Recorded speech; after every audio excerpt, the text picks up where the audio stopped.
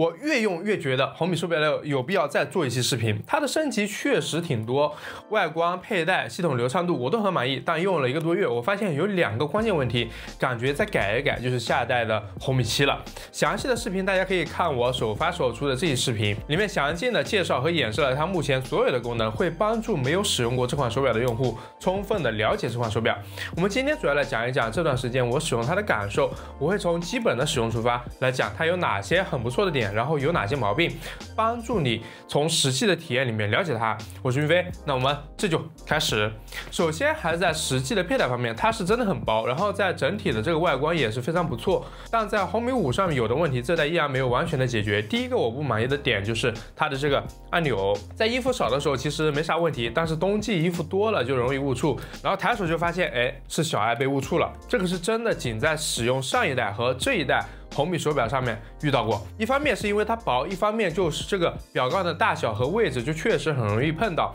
上代在中間，這代上移了。我一開始以為應該有比較大的改善，但依然會有誤觸，這是我覺得設計上沒有考慮好，特別是如果帶串的話，就更容易觸發了。你們可以談談你們的實際體驗，希望下一代可以好好的、仔細的避免這個問題。我們可以看到其他的手錶就不會有這種誤觸，但買的用戶也可以把錶冠的這個朝向改成朝手臂這裡面，也算是有一定的一個解決方案，就是需要給一點時間適應一下這個操作。但是改了這邊之後，如果穿的這個衣服比較硬的話，它是会碰到這個錶冠，然後讓它這樣上下滑的，這也是一個點。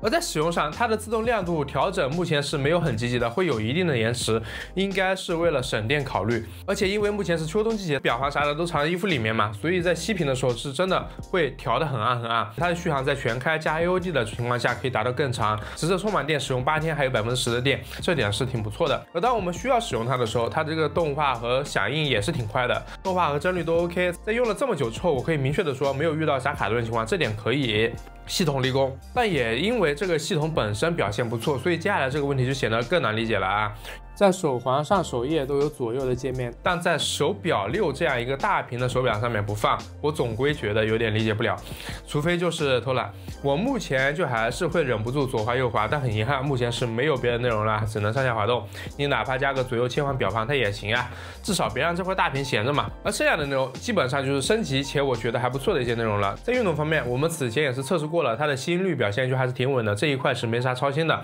那打乒乓球的時候，它就會有跳這個心率過高，而且跳了好幾次，所以它這個還是非常不錯的啊。目前在運動識別方面，識別的速度和小米手錶24和手環10是保持一致的，都在我回家上橋左右識別成功，并提醒我是否需要記錄。這我倒是想啊，如果这個自動開啟運動識別可以自動的開始記錄的話，也是挺好的啊。用了華米的這習慣了，倒是覺得還不錯。而在其他的檢測方面，血氧檢測我們可以來看一下實際的對比。OK， 我們現在來測試他們的血氧。現在這個血氧儀它已經測到了我們的這個血氧線是97、98的一個情況啊。我們看它測出來是多少？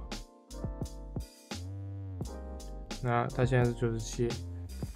而壓力檢測在我看來應該就是一個僅供參考的功能，基本上和我自己感知的壓力沒啥對應的啊，就圖個樂呵。這一塊還是得看更專業一點的手錶數據。而在睡眠這一塊，準確度感知上面還是挺可以的，偶爾有識別不到清醒的狀態，但看個大概的睡眠時間還是很有參考價值的。在功能性上面，配合小米的澎湃3手機，會有很多導的信息提醒，就比如說平時的信息、電話啥的都是不在話下，像外賣信息啥的也會在手錶上面顯示。這點是很不錯的，但是這個點你需要開啟對應 APP 的一個通知權限啊。而在鬧鐘環境下，關手機的鬧鐘是更方便了，直接一按手錶和手機它都不出聲。而人声加生态方面是可以在米家裡面設置很多自动化的，裡面最值得使用的就是睡着和醒來，這在家裡就可以設置很多適合自己的智能，就比如說在家裡睡着的時候就可以關閉家裡所有的燈，並且把相關的設備調整。這點是米系手錶特有的功能，也是米家用戶買這類手錶的巨大護城河，就確實挺好用的，但不建議設置成需要及時響應的功能，不然還是會有所影響。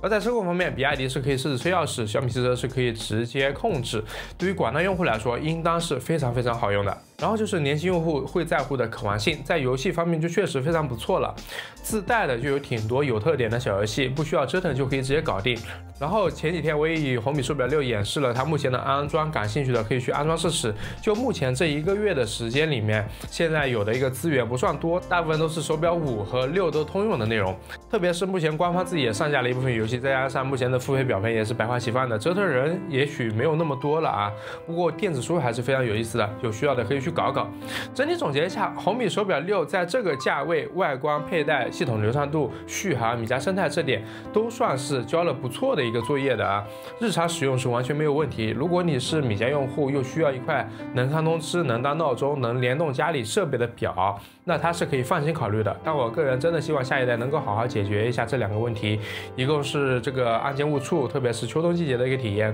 這個是目前已經影響到了日常使用。另一個就是這麼大一塊手錶不給左右滑動，邏輯上是真的有點說不過去。這2點如果能改好，再在細節上打磨一下，那這一條產品線的競爭力就會更上一個台階。你說說這個月小米的發布會會不會發布可穿戴設備呢？會不會是我們期待的手環10 Pro 呢？那有什麼新功能會加入嘞？記得關注呀！我是雲飛，保持思考，那我們下期視頻